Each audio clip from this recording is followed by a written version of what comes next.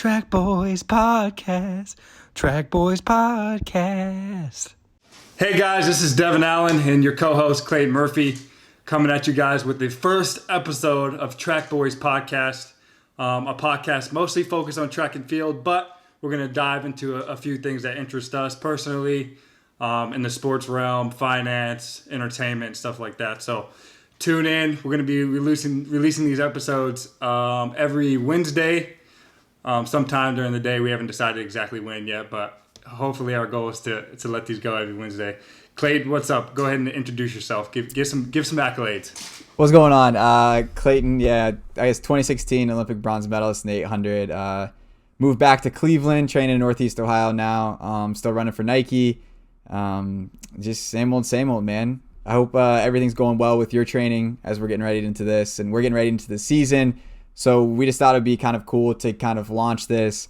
And like you said, talk about track and field, bring some attention to the sport, as well as connect it with other sports, other events, other hobbies we have, other niches, like just kind of bring it all together in one and present you guys with some fun and entertaining time with us. In case you guys didn't know, I am a 2016 Olympian as well. I got 5th place in the 110 high hurdles in Rio, and I played college football at the University of Oregon for 3 full seasons, kind of on and off. I had some injuries here and there you guys might know about.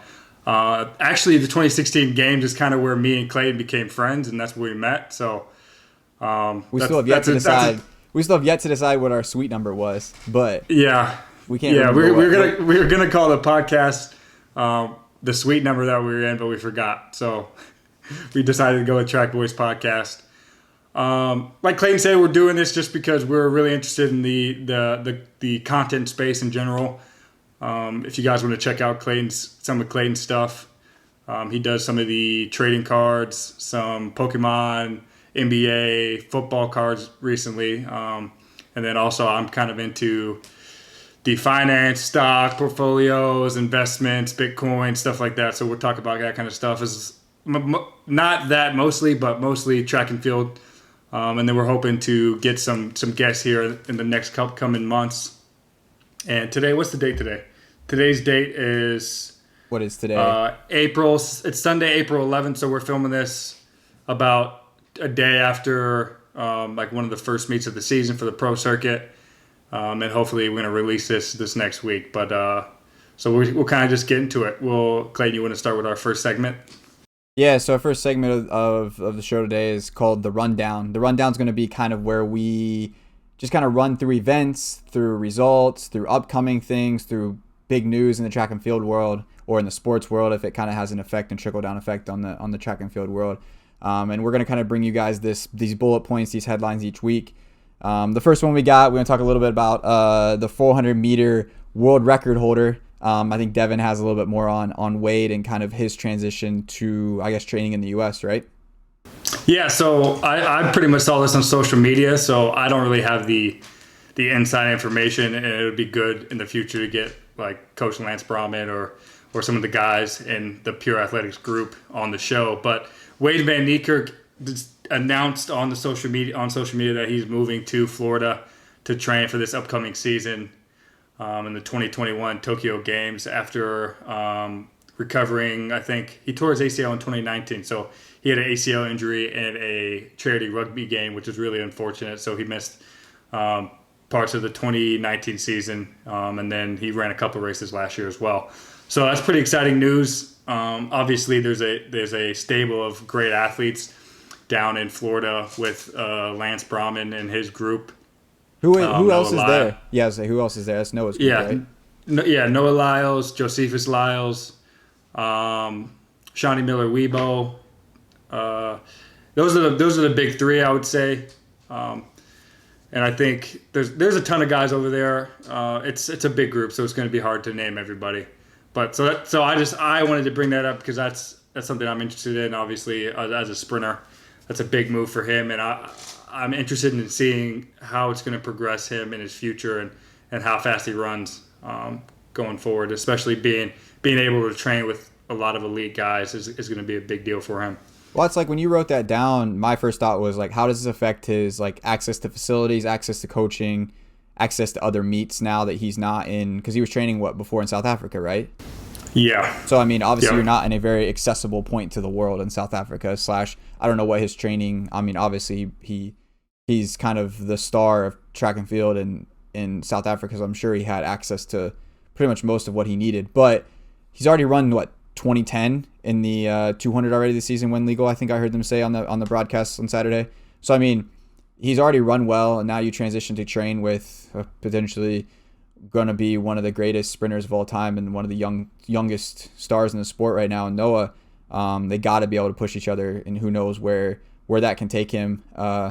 Obviously, they're not competing directly against each other, as Wade's bread and butter is the 4, but obviously stepping into the 2 realm is not out of the question for him. And so I think him versus Noah at some point this season would be kind of a cool little training partner matchup that I think always kind of people look forward to in these training groups. I think I always see that in the distance of like training group partner versus training group partner is always kind of a fun little subheading to a race. And I think it'd be cool the first race that we see Noah versus Wade in a 200 or something like that, or 100, or even a 4 if Noah wants to step up at some point. I think would be kind of a cool little intriguing matchup for the sport for sure. Yeah, no, I agree. And I think just training with those guys, such an elite level, and Coach Brahman's a really good coach, so I think that it can only help him. I know his coach got him to where he was before with, at 43:03, which is the fastest time ever. So you can't really bag on any progress or any coaching in the past. But it's always good to kind of try to level up and just keep competing in practice. That's where I find, especially for me, my biggest gains in training is being able to compete. At the University of Oregon, Jonathan Cabral was my training partner who placed 6th place in the Olympic final right behind me. So having that kind of competition every day is what really kind of pushes you and kind of get you to that next level. And so I think these guys at the elite level they are at, it's going to help them a lot. So, well, I guess before we go to the next one, I guess I was sitting here thinking the way you said that, it's almost my situation in 2017. I mean, I was 3rd fastest American in bronze medal with my college coach and decided to leave him and move to Portland and go to a whole different training group and a whole different coach. Not even a year after that happened. And a lot of people were like, why would he leave? Why would he leave? I guess for me, it was like I enjoyed the training aspect at that point in my life, of training with people. I thought the team aspect was needed. The resources were there at the time in Portland that I didn't have in Akron training at the time. And obviously the disbandment of the Oregon Project and the group I was in end of last year obviously changes what I have to do now. So I can do those things now, and I feel like I have the right training atmosphere here now around me, where I didn't have that in 2016, 2017 and needed to move. So who knows what he had or why he had to move, but I'm sure that he's not making the decision out on a limb or being pressured. So I feel like he's making it the right decision. For sure. Yeah, I think as an athlete, and this just like me, it's difficult to make those decisions because you think that it can maybe help, but you don't know 100%. Sometimes there's a little bit of doubt in your head, like, hey, this is, I was doing well before, why change anything? You're gambling on yourself. You're gambling on yourself. Yeah, exactly. On the other end, you're like, maybe if I do make this move, I'm going to improve that much more. And I kind of went through the same thing. 2017, my coach, Jamie Cook, got the head coaching job at the Naval Academy. I decided to move back to Phoenix and not go to Maryland because, I didn't necessarily want to at the time. And we started a group out here in Phoenix called the Phoenix Track Club. And we got some legit guys, Freddie Crittenden, Jonathan Cabral, Jared Eaton, David King, Nick Andrews from Australia. We got a lot of legit hurdlers, and I just wasn't doing well. I was kept dealing with the injury bug, which sucks. As an athlete, you deal with that. It kind of puts you in the dumps mentally to start with, and then secondly, I just wasn't performing as well as I was in college, and I couldn't really answer why. So this year, actually, in March of last year, 2020, I decided to move back and train with my coach.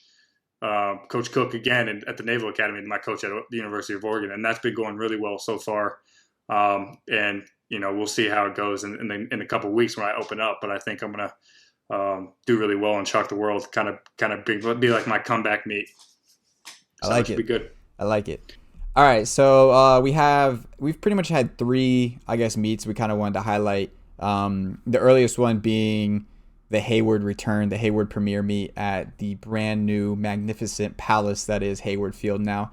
That is obviously your home, and I see it from Ari. It's just like, it's a special place for you guys. I mean, a special place for every track and field runner who's had success at Hayward. I think it has a special place in every one of our hearts. But you guys as Oregon alumni, I think it really is home. And I don't think a lot of people have that connection to their home stadium as a collegiate alumni like you guys do. I mean, obviously it was collegiate meet. There wasn't a whole lot of performances. Cole Hawker, the middle distance star of America currently, obviously ran really well in the 15 and the 8. But outside of the actual results, I want you to kind of give your input, feedback, initial thoughts about Hayward Field, where you see it, what do you see it coming out as in June at the Olympic trials. There was obviously some fans there, which I'm excited about, because at least, even if it's 10% capacity in June, it'd be nice to have at least some fans there to be able to do a victory lap around some fans, hopefully, and put the flag on around them. But what's your thoughts about Hayward?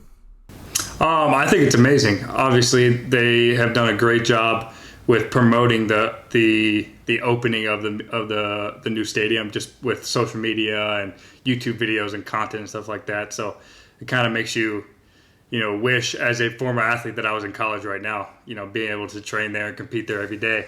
But I do hope, like you said, I hope to compete there soon.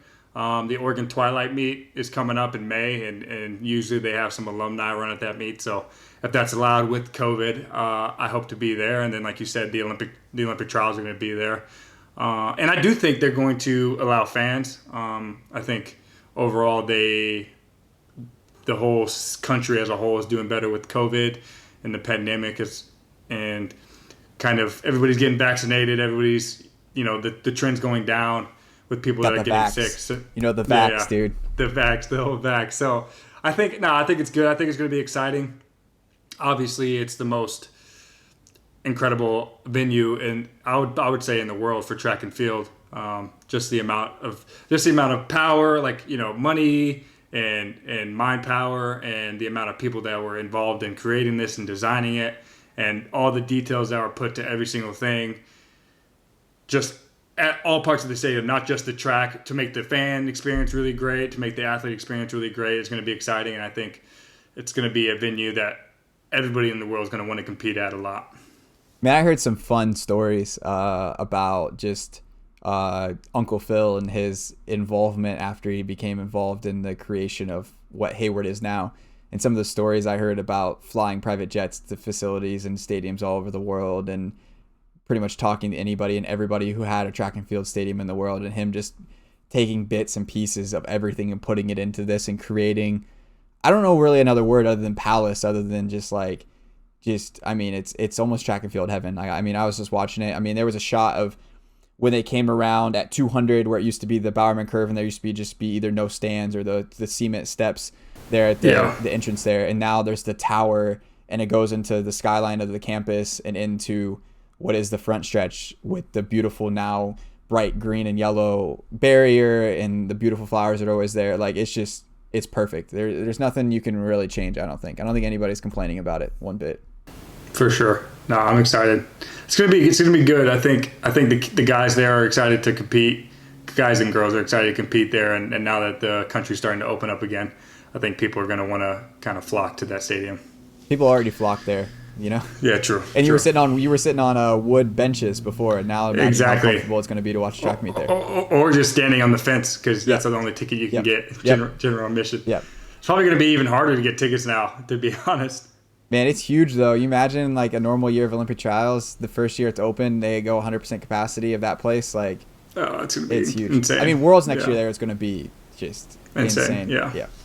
Okay, so we've had 2 USATF Journey to Gold meets. We'll talk about that circuit more later in the show, about kind of the Journey to Gold series that USATF is kind of, I guess, sponsoring, putting on. I don't really know what the proper terminology is that they're standing behind with that.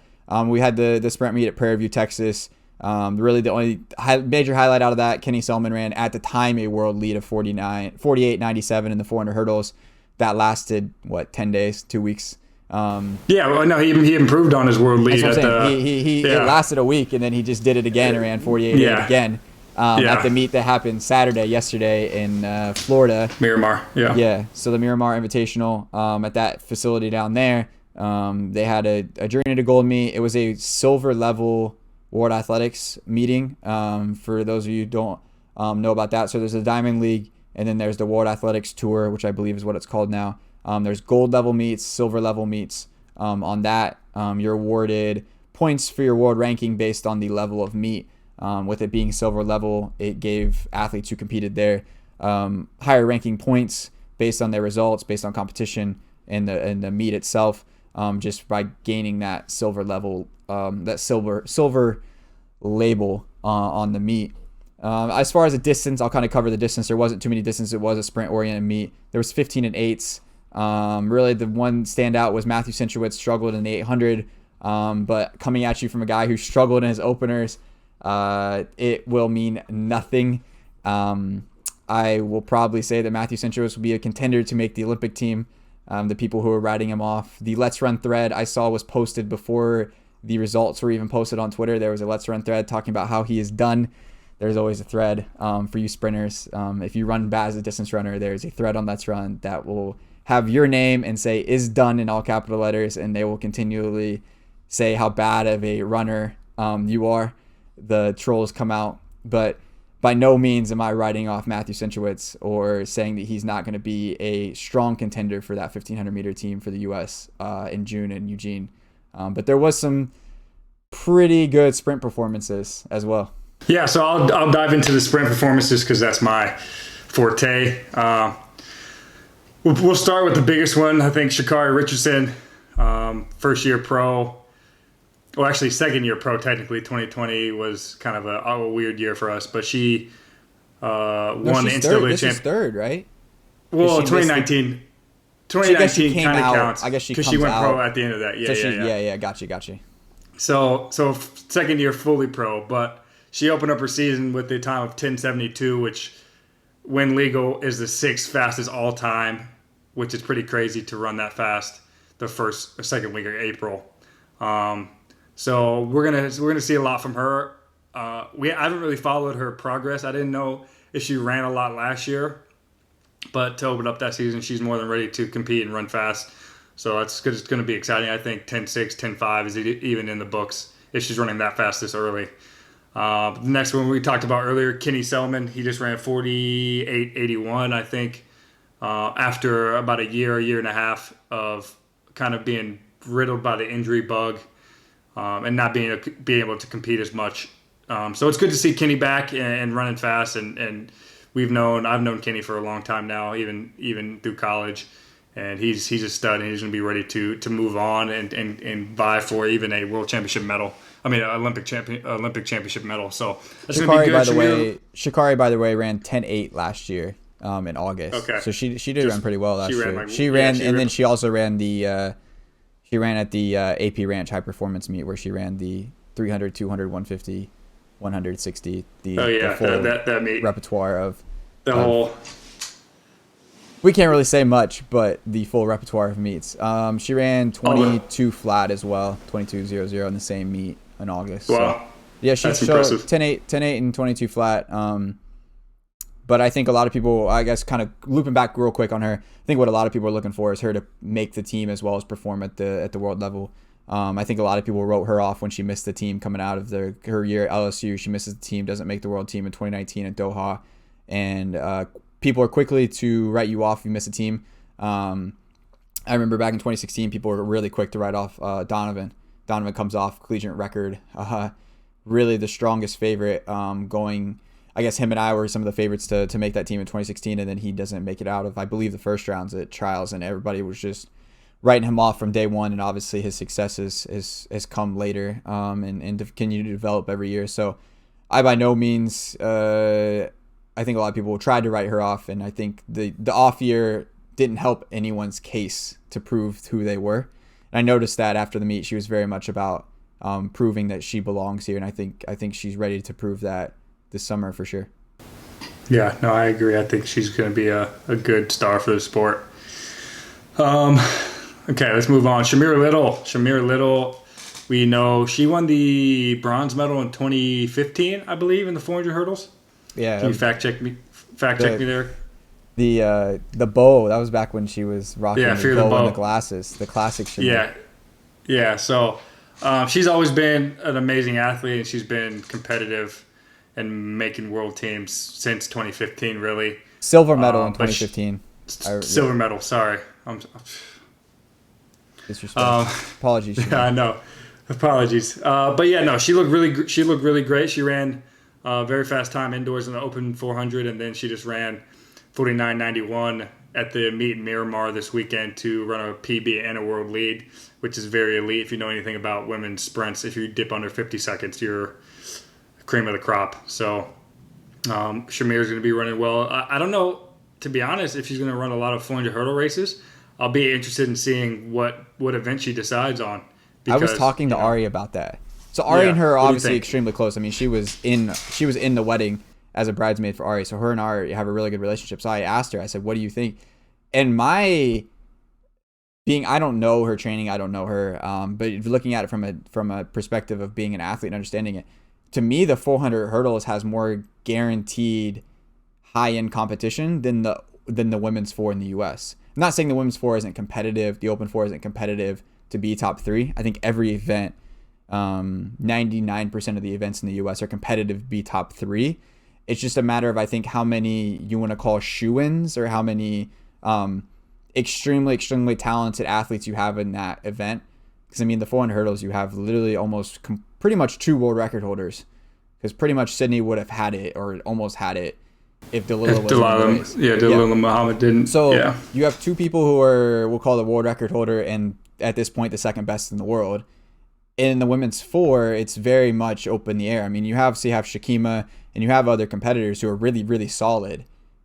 But it's tough. I mean, it's a little, I think, don't quote me, but I think it's a little bit easier to make the open 4 right now than it is the 400 hurdles. Although I think Shamir could make that team as well. So we'll see if it'd be an impressive double, right? The 400 hurdle double would be. Man, you got to run 3. I know, 3 rounds of each. Yeah, it's a lot. I mean, they're in separate. They'd be in separate sessions at the trials, so it'd be doable. It's doable, but it's definitely hard. Wonder what's first, because if the 400 hurdles are first, I think you got to run 400 hurdles, and if that doesn't happen, then you go for the 4 team. Yeah, I was actually thinking the opposite. I think you go for the race that's a shoe-in, the 400, and then you pretty much just put all your eggs in one bag. Like, just risk it for the biscuit. Okay, so here's if the open 4 is first, in the first session, and the 400 hurdles are in the second, do you run the open 4 still? Yeah, I think that's the best way to do it. Is you run the open 4. I think Shamir's going to make the team. Open 4 is first. So you run the open 4, and then Friday, June 18th, just go women's 400. Yeah, women's 400 semifinals on Saturday, and then the finals are Sunday night, and then you race Sunday night, and then you come back on Thursday. I think you got to run. Well, no. You come back on Friday. I think you got to run both. That's Sunday to Friday. You have 4 days. 4 days. 4 off. Yeah. I think you got to run days. both. I think she runs the open 4. If she makes the open 4 and that's what she wants to run, because then you got to look at the Tokyo schedule if you double. Yeah. But if she wants to run the 4 in Tokyo, you run the 4. If you make the 4, then you decide if you're going to run the 400 hurdles as icing on the cake or whether you're going to go over to Europe right away and just pack it in and take your blessings and go. But like you said, it also, if she gets dipped at the line or something happens in the open 4 and she misses the team, she's got the opportunity to make it. I think it's almost kind of like the Michael Norman situation. Yeah, 2-4. Michael Norman run, not even the 2 in the 4. Does he run the 1 in the 4? Yeah. I mean, what he did in Texas was unbelievable in the 100 and the 100. I think we need a Michael Norman episode. You can't do the 104. You can't do the 104 at or the 1 in 4 trials. They're on the same. Yeah, same day. Schedule. Yeah, but I definitely think we should have like an episode just for Michael Norman. Dude, he's a cool dude too. I had him on. I had him on Track Talk. I had him on Track Talk. He's a cool dude. He's got a lot of like cool stories and. I mean, you know what's crazy? I have a cool story about Michael. I was at 2016. He was a high school senior, I believe, right? And I was walking around Whole Foods during the Olympic trials, and Michael was with his mom and dad at Whole Foods, and Michael asked for a picture with me. And that's my claim to fame, because now he's one of the best sprinters in the world. So now I got. So now if you're walking around Whole Foods in Eugene in June, you can be like, "Hey, Michael, Can I get a picture? Can I get a picture? Yeah, let me get a pic, bro. Can I pic? So. Cool. We got. I hate to do it, but we got doping news. Okay, all the doping news. We don't have this on the Google Docs we're looking at. Did you see Obi? I can't always pronounce his last name. Was suspended, the 400 or the 400 guy he went to Arkansas. Obi's his first name. I can't think of his last name. Yeah, Obi Moore. He got he's suspended for 30 months for a kind of a similar situation where ingestion of a I guess steroid, I guess is what they're claiming it as. But he got a 30-month suspension for that. I mean, he came out on Twitter and said, and it's very similar to other situations that have been in the news lately, with like Ajay and Jarian being cleared, etc. His was like pretty much cutting up a piece of salt 137 times, and using one of those pieces was how much was in his system. He did make some really good points that I kind of stuck out to me. Was it's very frustrating that other sports move forward with their doping, sentencing or doping matters, and track and field's kind of still caught up on this. If you have a 1/37th of a piece of salt of this banned substance in your system, then obviously you're a doper and you need to be suspended. And it's almost like they're out to get the wrong people. I feel like if you're doping the dope, you're probably not going to have a 1/37th of a piece of salt in your system. So I don't know, again, the full story. I only saw what happened through social media, but it is kind of frustrating if that is true, that it was an unknown ingestion and it was that small of a limit, that they can't kind of figure it out and make it work. I mean, it's a young kid that's pretty much his career is going to be put on halt now for 2.5 years. But there's a case with Salah Nassar, the 400 Open 4 world champion. We were talking about the 400 earlier. She's from Qatar, right? She's Bahrainian. Bahrain, yeah. So she had whereabouts failures, missed tests, etc. Got her 3 strikes, was suspended, appealed, cleared.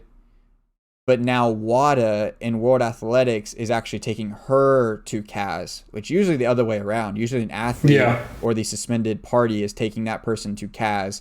And now it's the other way around. So she was supposed to, I think, run at the meet in Florida. I think she was scheduled at one point to run, and she didn't. So I don't know if that has anything to do with her case coming up.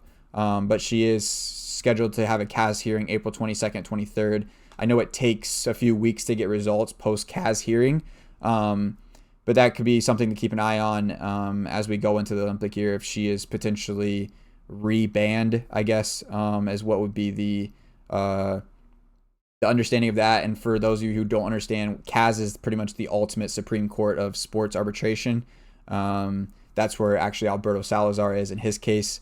I know that he's in a CAS hearing, has been through a CAS hearing. I don't know where that's all at in logistics. I just know that he is at the CAS level as well. I think Christian Coleman's potentially there as well. I don't know. The timing on them was always weird. I know Jets where Jerry Lawson went with his case and was cleared at CAS. So CAS rehears the case. They see the case, they see the facts, they decide how they want to try the hearing or try the case. Versus USADA's courts or WADA's courts, where it's almost a guilty until proven innocent court. CAS is more on a innocent until proven guilty court. So it's a little bit of a different ballpark that they step into as far as legal proceedings, how everything works. So it'll be interesting to kind of keep an eye on that, because obviously the reigning world champion is potentially up for a rebandment going into this late in the summer. Could flip a switch on a lot of things. Mm-hmm. Yeah, and CAS stands for Court Arbitration for Sport, if you guys didn't know that. So, yeah, it's just really the court, the arbitrator for all like sports. It doesn't have to just be drug related too. It could be pretty much any sports related like lawsuit, in theory. So yeah, I mean that whole thing is kind of we talked about this before, actually, when you had me on your Track Talk podcast last year. We talked about like how easy it is to have a whereabouts failure or have a missed test. And then it gets a little bit gray once you do a couple of those. I mean, obviously, like we talked about, it's really easy to miss one test or, forget to file, once or twice. So, but, it is part of our job. And we talked about that as well as like, as a professional athlete, and this is what we do full time. And we spend pretty much 4 or 5 hours a day training or rehabbing or getting treatment, stuff like that. So, it should be a part of our daily routine. It just My thing is they sucks. just need to make it accessible. When it comes to the whereabouts parts, it needs to be accessible and up with the times, as well as when it comes to, like I said, I don't know all of the written facts of Obi's case, but if it really is a 1/37th of a piece of salt, you're telling me that's really proves he's a doper. Like, it almost to me is like they're almost going after the wrong people if you really want to look at it. But like I had a situation I moved into a new place in June, and we have the gate to get into the community, and so that gate code is in my whereabouts. I had a test, I think it was a Monday or Tuesday, where it was tested by U.S. anti-doping. The person came through the gate. He tested me before. He got in. He came to the door. He rang the doorbell. I answered on my phone. I think I was out for a walk with the dogs. I said, I'll be right back. I'm literally around the corner. Was there, did the test, etc. Moved on. Just 2 or 3 days later, I was tested by WADA, which is fine. It happens. Multiple tests in a short period of time is common. I'm not saying that's uncommon. But what was uncommon about it is he came during my 60-minute window, which I had at the time at 6:30 to 7:30 because I was waking up and going for runs at 8:30 at that time. And he called me 3 or 4 times right at 6:30, but I was still asleep. I woke up at 6:45, saw I had missed calls, kind of ignored it because it was just a weird out-of-town number, no message left. I get another call, I answer it, and he says, I'm at your gate, what's your gate code? And I was very confused because they use the same whereabouts for WADA as they do for USADA, and he couldn't get in my gate. He didn't have my gate code. And I was just very taken back by the fact that I just got tested less than a week ago, single-digit days before that, and the person came through the gate, went to the door, and tested me without any ease. Had I still been asleep, had it been one day where I happened to sleep in and happened to miss the call, he never would have made it to my door because he couldn't have the code. But yet they had the code earlier that week. So I'm not saying, again, I guess I should have my phone on ring or whatever people want to say. Well, it's human error too. So. It's human error, but it's also just the accessibility of how does he mess up the whereabouts comparative to the person who tested me 3 days before so there's just a lot of there's too much gray area in it, and there's too much room for error on both sides, and the only one who suffers is the athletes. Yeah. On both sides of it. If dopers get through because of errors by USADA, we as athletes who are clean suffer. If clean athletes suffer by a true, honest error versus a lazy mistake, I'm not defending lazy mistakes, but a true error, we suffer because we're suspended and we lose our pay and we lose our dignity or whatever, your credibility. Yeah, no, I agree. And it's kind of hard too. We need to spend more time educating the U.S. athletes, especially because that's, who USADA is testing. Because even so last year I was traveling to my only, my first meet of the season, right? When COVID hit, we didn't think we were going to have any meets. So we happened to have a meet, and I was traveling. I get a phone call when I'm in the airport. He's like, hey, it's like 5 p.m. He's like, hey, this is so-so, I'm at your house to drug test you. And my 60-minute window is always early in the morning because that's the easiest to get me because I'm always home and I'm I can go. I have to go pee. So I was like, hey man, I'm not at the house. I'm literally at the airport. I messed up by not updating my whereabouts right away. And he was like, oh well. So and I was kind of freaking out. I called Paul, our agent Paul Doyle. And he was like, oh, well, if they don't come during your 60-minute window, it's not going to be a missed test because you don't have to be, you're not expected to be at home not during your window. And I did not even know that was a rule. I just thought, if they try to test you at any time and you missed it, you get a strike. So, I always heard it was if you're within an hour if you can get home within an hour, like if you can meet up with the drug tester within an hour, or you can get home in an hour from when they notify you that they're trying to test you, that it's like not considered. So that's, again, we're not on the same. We don't have the same. No, like, but my understanding is you can only get a strike if one, you like, they contact you, like, and they like see you, like they like come to your door and you answer, and then you like try to duck a test, like that'd be weird. Like you definitely get a strike for a missed test. Yo, I'm not home. I can hear you talking to the camera. But secondly, from my understanding, and I might be wrong because like I said, I didn't even know the rules until last year, is that you can only get a missed test if and when they come during your 60-minute window of the day. Because that's what I thought, and like there's been times where I've been tested the last few months where I'm at, my window 7 to 8. I go to the gym like 8:30 so I can work out, and I get a call like 9 that I'm in the middle of my workout, and they're like, "Hey, we're at your house for drug testing." I'm like, "Well, I'm at the gym." They're like, "Oh, well, we can come over to the gym if you want," and I'm just like, "All right, like this is like a whole big hassle thing now." Like, yep. Especially with COVID too. Like it's like I'm working out like a public gym because I don't have access to like, Campus. Whatever. So the people that called me, I was like, no, I'll just come back home. I'll be there in like 20 minutes. So I just went back home and did a drug test.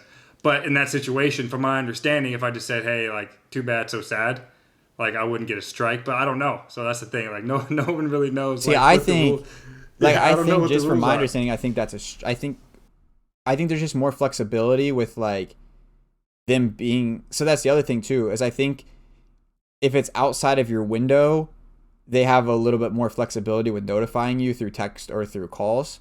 Where it's if it's at your window, their ability to I should say, they just show up. They don't even have to call you. They just have to knock. They're supposed to not have to call you. Yeah. But this is where it becomes gray too.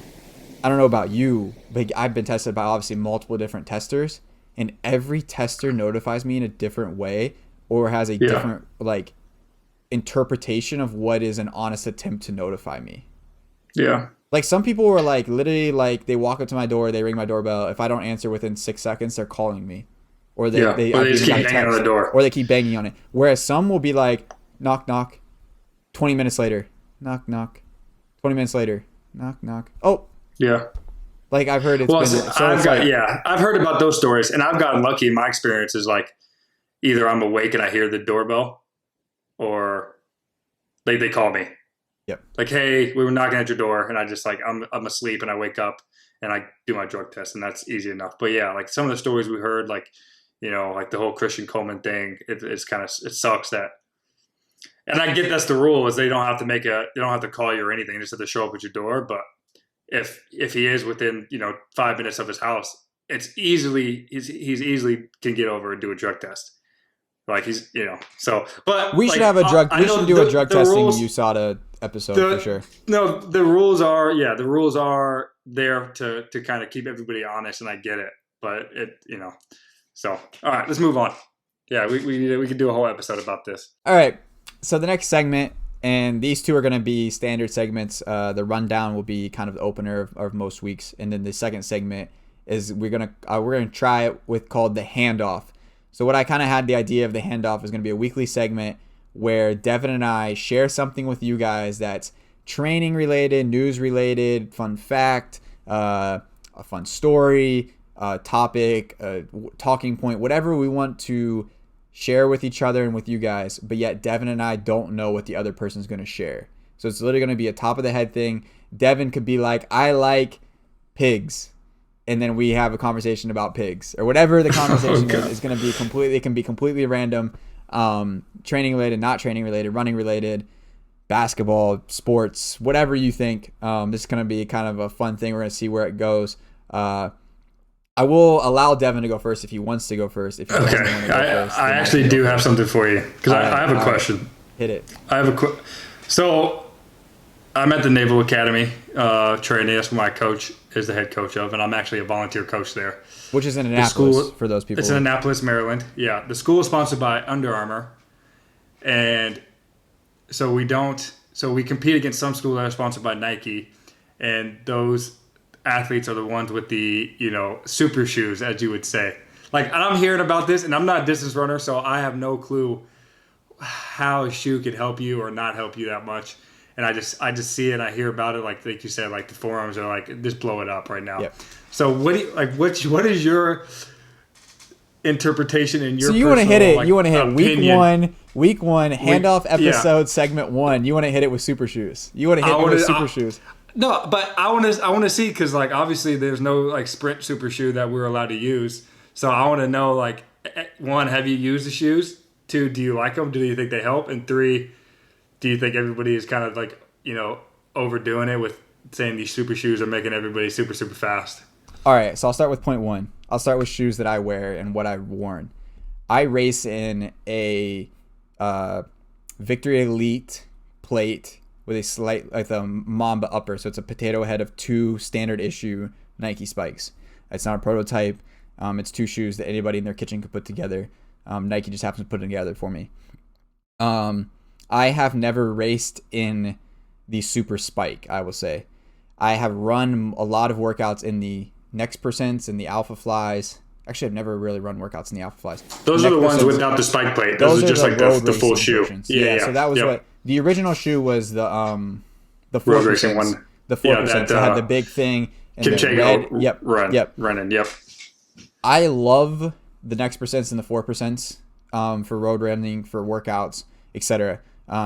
It is a completely different feel than a normal flat. The advantage comes, I guess, the advantage is, I don't know, people say that there is a statistical advantage. I haven't obviously studied my workouts to know if there's a statistical advantage. I do feel comfortable running in that. I have tried the Super Spike when it was in prototype error. I never have tried the final, I don't even know what it's called now. It's not, there's the Dragonfly version, which is the more 5K, 10K spike. That's the one that if you look at, it kind of looks like a 4% shoe squished down. I have that shoe for training. It doesn't have it doesn't have the air bubble like the super middle distance spike does. The Dragonfly is great. It's almost pretty much just like a spiked lighter 4% shoe. So it's not really necessary. I don't think there'd be a huge advantage there. I can't speak on the super spike middle distance wise. So when it comes to politically your correct second answer. and third, but I just can't speak on it because I don't know if it gives. You haven't used it, yeah, fair. I will say That's why I don't use it. Why I don't use it is I'm a very 4-foot runner. I land all my weight on my toes. When I go around the corner of a track, my foot slides off of the plate of a spike. Even in almost any spike I had, my foot almost slides off. So you'd blow up your calves and Achilles in those spikes. It wouldn't be necessarily blowing up my calf. It's that Super Spike's got a drop that's like this big at the forefoot because of the air bubble. Yeah. And so when I land in the corner, my foot goes off of this plate and it just falls off onto the track. So I'm not just following like that much on a normal spike. I'm following like off a first-story building what it feels like. Yeah. So if I'm running in a straight line, if every track was a straight line, I'd probably wear the Super Spike. Fine. Whatever you want to call it. I call it Super Spike because I actually don't even know the name of it because it doesn't even cross my head. I will say though, in my experience with the Next Percents and the 4%, that it's a great shoe. Again, I statistically don't know whether or not it gives me an advantage statistically, but I stand by Nike and what they do. I stand by the innovation. So that's kind of my whole thing is when we talk about it, I'm like, isn't Adidas that came out with a super shoe? No, but isn't that the goal of like, right? The shoe company's Nike, right? Our sponsor is like trying to create the best equipment for us in all sports, right? Like basketball, football, track. But the thing is, they're not and also creating it just for us Olympic athletes or the pros. No, for everybody. High school kids can go wear them. No, I agree with that. So, but that's the thing. Like, for people to complain about it, like complain about innovation and try to make it better. Yeah, I get. Okay, if the shoe is helping people run faster, then the times is just going to get faster. But that's just like the same technology, innovation, like changing from cinder tracks to Mondo. Or like instead of digging a hole, you are now using starting blocks. Okay, like so now we're gonna complain about that. So no, I think it's cool. I mean, obviously, like I said, I don't use them. That's why I asked your opinion. But I think, hey, more power to them, and it's gonna force the other companies to get innovative as well, and either try to mimic it or create something better. All right, I'm going to kind of mid-audible this segment into being you bring a topic or a question to discuss versus... Okay. Because I like the question because you created banter. My question is to you, or to us, I guess. Everybody does like the percentage of two things. So I want to ask you the percentage of importance of training your mind versus your body in track and field. So what is your percentage importance of like training your mind and training your body? So obviously you have to train at a high level your body, but in my eyes, you have to train your mind and your thoughts and your motivation and your process and all that stuff that goes with it has to be trained and practiced and refined as well as your body. Otherwise, you're just limiting your physical ability on the track. So you're asking like for a percentage, just like in my opinion.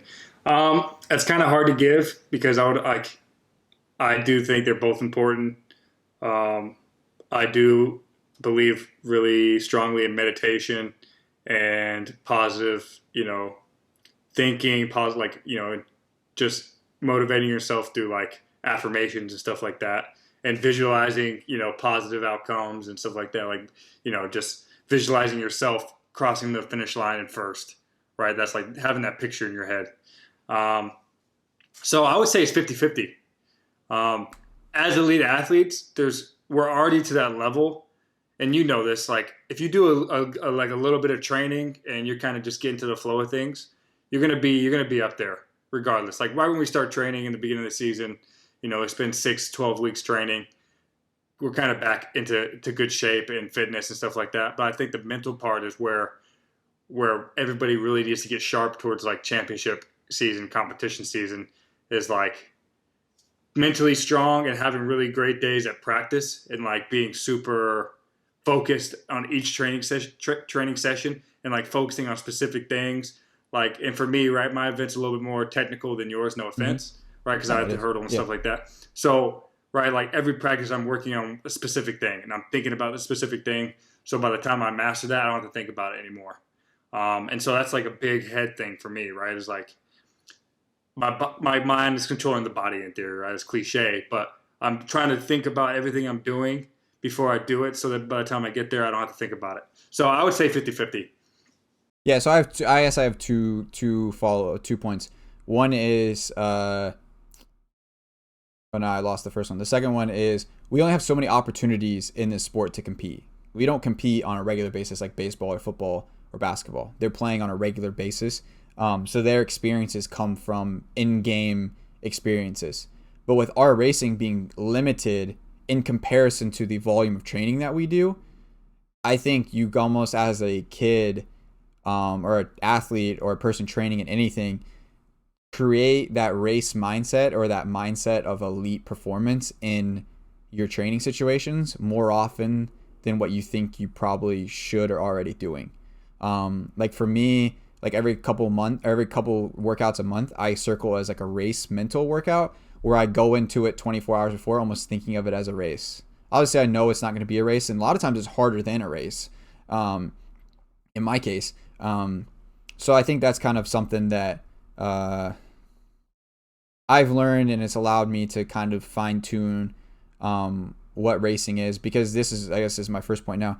When we line up as professional athletes, and you wanted to I'll call it the best of the best when it comes to high school or college as well, or whatever you're doing, you're lining up against somebody who's put in theoretically the same amount of work as you. To get to that point, to be the best of the best, to be professional, to be at your high school state meet, to be at your conference, meet, and to be at NCAAs, you have to have the same physical, at least to some extent, the similar physical abilities and talent levels, and you've had to practice as hard as a person. Where the difference becomes and where you separate yourself as an athlete can be the mental side of it. So I agree with you, like 50-50, whatever you like, it as important. But I think a lot of people just overlook that, and I was just kind of thinking about that as racing starts to kind of pick up here, and as races start to kind of show up on our calendars, and both you and I both are getting ready to race. I was just curious what you look at when it comes to mental training going into the season, because like you said, as championship season comes on, and like I kind of said, it really can separate you from your competitors if you're mentally in it and you're mentally confident in yourself and confident in your training, and your brain is tuned and and ready to go, and your competitors all over the place and doubting themselves or are not sure what's going on, that first hurdle becomes a lot higher when you're not as confident in yourself. For sure. And for that, I meditate on that a lot, and just running the race in my head over and over, and being able to, like, I'm thinking 1279 and I'm counting 12.79. I'm doing all my steps to the first. I'm running in between each hurdle in my head and running the race. So by the time I get there, hopefully it feels just like that. So yeah, no, I agree. So I remember this workout with Alberto so clearly. It was a 15-mile long run, but it was a workout of a 15-mile long run. So it was one of the hardest workouts of my life because being a middle distance guy, being an 800 guy, like 15 miles is a long way. It was the longest run of my life, and it is still the longest run of my life. But it was also like an up-tempo run, so each mile was progressively faster. I don't know what the paces were. I could go back and find them. But we were running it at Nike, so we ran it on the track and at Hollister because Alberto wanted to be able to control my paces and be as much involved with the run as me as possible. And so I remember we ran on the track, we went to Hollister, which is a 1.5 mile cinder loop at Nike World Headquarters in Portland. We went back to the track, and I ran 3 miles on the track. And that was prior to the Prefontaine mile in 2019. And I remember every single mile, I was running in my head the mile race at Prefontaine, every single mile to get me through it. In my head, I was running 350 in every mile at Prefontaine. I wasn't running at Nike World Headquarters. It was almost like what you do with the meditation. I was doing it during the workout to practice that and run that through my head. And I just remember that like every mile was like so hard at that point, but it was just like, it's going to be harder. It's going to be harder. I can do it. It's going to be harder in 3 weeks or whatever it was. And I just remember vividly running the Prefontaine Bowerman mile in my head 3 times in the same workout. Yeah. And then by the time you were there, you were ready. Like, you were super confident. Yeah, no, 100%. All right. So we'll leeway into the, I guess, kind of the main topic, I guess, of this episode today. We kind of want to just give you guys an update on, with COVID going on, there's been a lot of changes in how seasons are happening. Track and fields, not as easy to create bubbles like other sports have created, or part seasons. There's no half seasons in track and field. 2020 was pretty much a wash for everybody. There was some competitions you were able to go, like you said, compete. We ran some sponsor required races, I guess you want to call them. Some athletes had to. There was some low-key meets. There was some performances in Diamond Leagues. But really, when it comes down to it, 2020 was, for all practical purposes, a wash in track and field. But this year, there is some meets on the schedule. There is a meet called the Olympic Games happening in Tokyo. There's a meet called the Olympic Trials happening June 18th in Hayward. 2 pretty big meets, but we'll kind of work around that. The biggest track and field circuits, obviously the Diamond League, internationally, a meet at Prefontaine at Hayward Field, which is going to be in August following Tokyo this year. Usually it's in May. Usually it's happening in like a month, which is crazy to think that we're not running Prefontaine early. We're running it in August. But the Diamond League seems to be pretty much at full go. The Diamond League final in Zurich will happen at the end of August. It's starting to actually pick up, I think, next month with Rabat and Doha. The usual early meets are happening in May. There's a couple meets prior to our Olympic trials. I won't be going over competing in Europe at all, but post trials, I will be headed over to Europe and competing in the Diamond League, a couple Diamond League meets.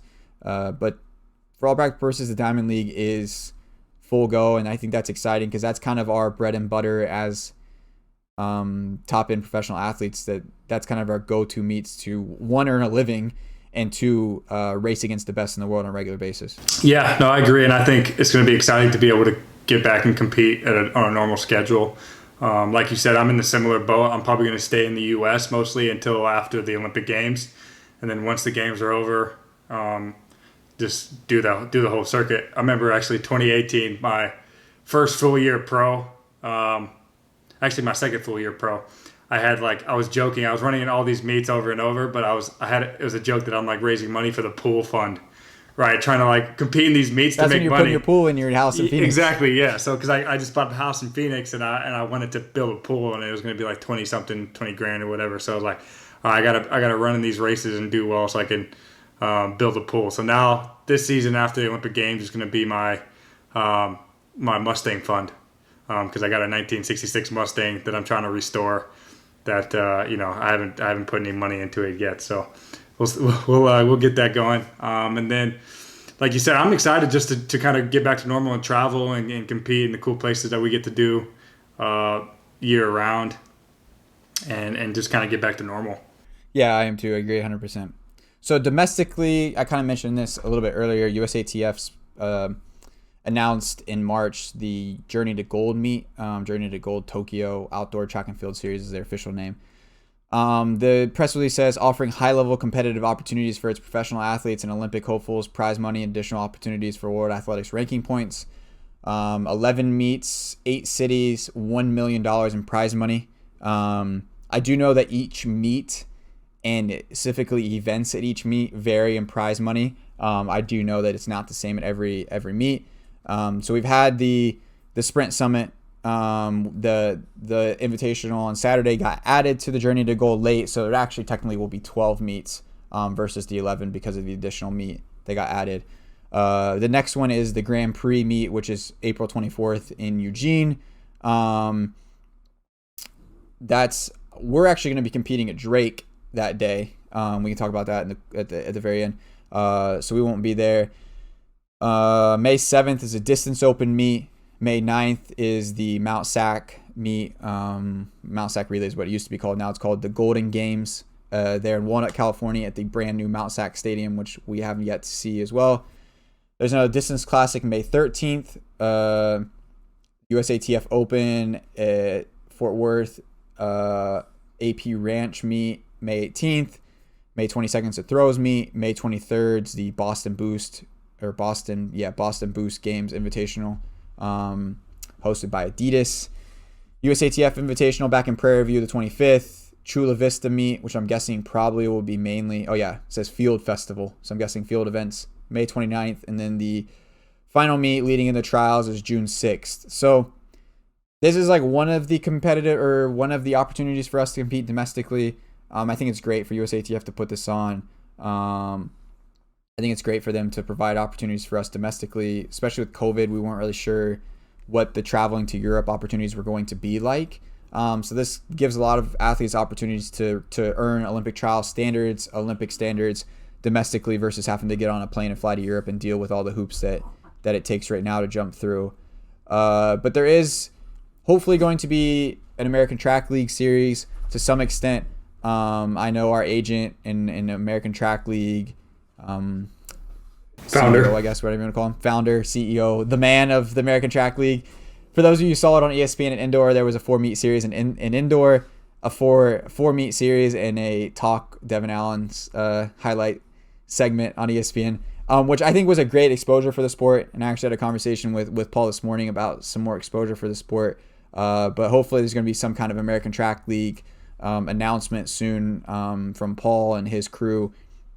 And I know that will just create even more exposure and domestic opportunities for us domestically. So leading into trials, it seems like what I thought might be very limited opportunities is actually pretty abundant in opportunities for professional track and field athletes across the board, whether you're chasing the standard for trials or whether you're chasing the Olympic standard or just priming yourself for trials and you've got the standards. There's pretty ample opportunities for you to compete at whatever level you need to compete at. For sure. No, you said it perfectly. So training situations, I think training situations are pretty well back to normal for us as professionals. Obviously, some people have limitations, like you're a little limited on COVID. Accessibility, universities I know are much different. I don't train at a university here. I train at a high school track. I'm limited when I go to the high school track. Even though it's community open, they don't open it during their practices, which is fine. But I train at a local gym, so I don't have to worry about a university, COVID restrictions, etc. But I know it's getting somewhat back to normal when it comes to training for us professionals. Collegiately, I don't know a whole lot about the collegiate in high school. I do know that they're somewhat back on track with what seems to be a normal season. I know travel might be a little bit different because universities aren't wanting to put their athletes on planes / test their athletes as much as what is required of a large track and field team to move on to a meet. But I know Eugene is hosting NCAAs that June 4th weekend, and it seems like it's going more and more in the right direction of them having a normal season. Yeah, and I can probably talk a little bit more about that as well, being a volunteer coach of the Naval Academy.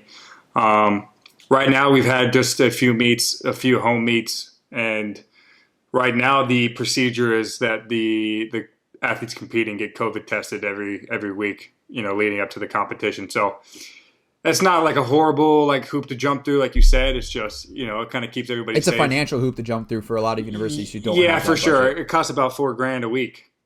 If you're gonna, well, actually, the Naval Academy team is pretty big, so it's probably less than that for more people. But in general, right, like jump through that hoop. But it is nice to kind of know that your team doesn't have COVID, and you're Yep. traveling, and other teams traveling to your school as well. Being a little bit more like conscious of what's going on, and everybody being healthy, getting so we're not spreading this virus around. So, but the season is pretty much back to normal. Like you said, the traveling arrangements are a little bit more hard. Right now, the Naval Academy's not allowed to do any overnight trips until conference. So they have the Patriot League conference meet. So that's the only meet they're allowed to travel to and like stay in a hotel overnight. The last, the other meets in the indoor season they traveled to, they had to like drive up on a bus that morning, like 4 or 5 hours, and then compete. And then, so it's not ideal, but I'm sure it might be a little bit more lax for some of the bigger universities. Oregon's had a home meet, but they did compete around the country indoors and going forward. So, and I know there's a few big meets that happen. Florida relays, obviously a lot of teams shut up there. Texas relays, same thing with that. So, like you said, it is starting to be, more normal. Obviously, less people in the stands, less fans, although there are a few fans, which is good. And hopefully, and we've seen the college season so far, right? Everybody's performing well, even the pros. Everybody has seemed to come off this off year very, very like motivated and running Ready really to go. fast. Yeah, exactly. So, I guess my follow up to that, because that was going to be my final point to this kind of segment. It wasn't going to be a huge segment, but it was my follow up was going to ask you as your input, because I've had this conversation with a couple people who are close to track and field. Because obviously NCAA indoors was an incredible meet. There was incredible performances top to bottom. Texas relays had some stupid fast races. These athletes who were at the time a year ago full-time students yeah, are now what many would consider part-time students, being able to access things online and create your own schedules and not have to go to classes. And I mean, obviously I'm not taking classes, but I'm guessing that their workload is not necessarily the same as what it is when you're going to class every day and you're walking the class, you're dealing with a class schedule, you're dealing with a lot more in-person requirements as an athlete when it comes to tutors, when it comes to fundraising, community service. There's a lot of added things that people don't look at as a collegiate athlete that are no longer on these athletes' plates. And their 100% focus is track and field with a dabble in academics almost currently. It's the perfect pot for these kids to just go after and get the bag and earn their stripes, like doing what they're doing now, because in a year from now, if they're back to normal, they're not going to have the same kind of accessibility to be able to train for all practical purposes, almost like a professional when it comes down to it. The amount of time that they can put into it. I mean, I just think back to my collegiate days, like the amount of times that I would love to have just relaxed and went to bed 2 hours earlier than I did, but I had a huge final the next morning, like in person where I had to be up and go, versus being able to take the exam like from my apartment. It's just, there's huge perks that come out of this that I think are underlooked. And I don't want to I'm not trying to say that these performances aren't real, what I'm saying? But it is a slightly different collegiate season. Yes, atmosphere, collegiate season, opportunities that these athletes have. And I again agree with you too when it comes off of the off year. These athletes have been building for a year. Like I know Noah Williams, the LSU 400 guy, he went to Akron, transferred out of Akron, qualified for NCAA indoors last year. Obviously didn't get to run at NCAA indoors. So it had been 12 months of him leading into, I'm ready to run fast at the NCAA meet my first time, and then you're going to pull out the rug from under me, and I got to wait 12 months to prove to you who I am. And that's what he did. So there's a lot of factors to it. I just wanted to kind of touch on a little bit of it's a perfect recipe right now as a collegiate athlete to get after it and run fast. Yeah, no, I think overall I'm excited to see how everybody does, and everybody's performing well so far. So it's going to be a very fast Olympic year. Agree. What do you think? right. So what do you think about like our close off? Do we need to? We're gonna try to post this on YouTube, right? Yeah. Yes. So that's what I was gonna do. I was gonna kind of. I think it'd be cool to add the cooldown segment. I want to preview potentially what the next episode will be. I want to talk about if we're upcoming in meets or anything, what our schedules are gonna be, talk about if we got anything coming up, and then obviously talk about anything else we need to wrap up. I plan to hopefully throw this up on YouTube. We get it up audio wise wherever you listen to your podcast is pretty easy to do. I've been throwing up my sports card podcast pretty easily on Apple, Spotify, Anchor, etc. But I'm sure YouTube will be fun just to kind of have, you can see our beautiful shining faces on YouTube, I guess. So when it comes to that, if you guys do have suggestions, have topics you want to bring up, questions, suggestions, I'm more than willing to like answer questions, open this up, like create. We want to give you guys what you guys also want to hear. So if it's more than track and field, if you want us to talk about whatever, send us a DM on Instagram, comment on the video. We really appreciate you guys kind of supporting that. But real quick, in 2 weeks, you and I are going to be competing. So we'll have an episode out before that, but I haven't really announced it on Instagram. I kind of plan to, that I will be racing at Drake Relays and kind of opening up my outdoor season, but I'm super excited about that. Hopefully pretty much bring you guys some special in-person content from the meet as well. But I think it was a cool first episode, and I'm excited to where we can go with this and what we can do even outside of just the weekly podcast. I think there's a lot of opportunities we can do. We can have fun with this. And if there's anything else you have to add, floor is yours to kind of wrap it up. Yeah, so I'm going to be opening up at Drake Relays as well. So in 2 weeks, so me and Clayton will be there together. We actually might try to get a live podcast episode recorded there as well. And secondly, I second the suggestion box. If we can, open up that forum to where, we want this to be a podcast, like we said, about track, but we want it to be kind of focused on and talking about topics you guys are interested in. Obviously, we're interested in specific things as well. So, if you have any personal questions for us that we want to go, in depth on, we can make it, whole episodes like that. Like we talked about, we might do a whole episode on the drug testing thing.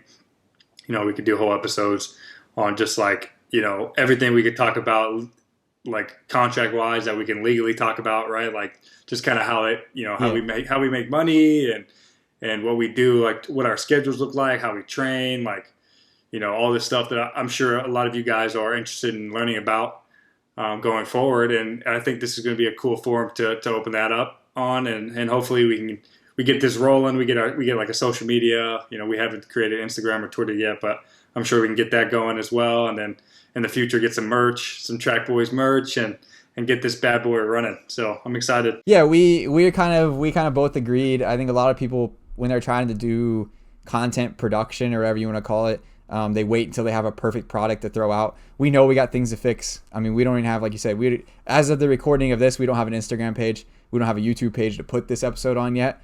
But by Wednesday, one of us is going to do it. I'll probably do it tomorrow, to be honest. I got some time tomorrow. I'll probably throw those together really fast. So at least we have something.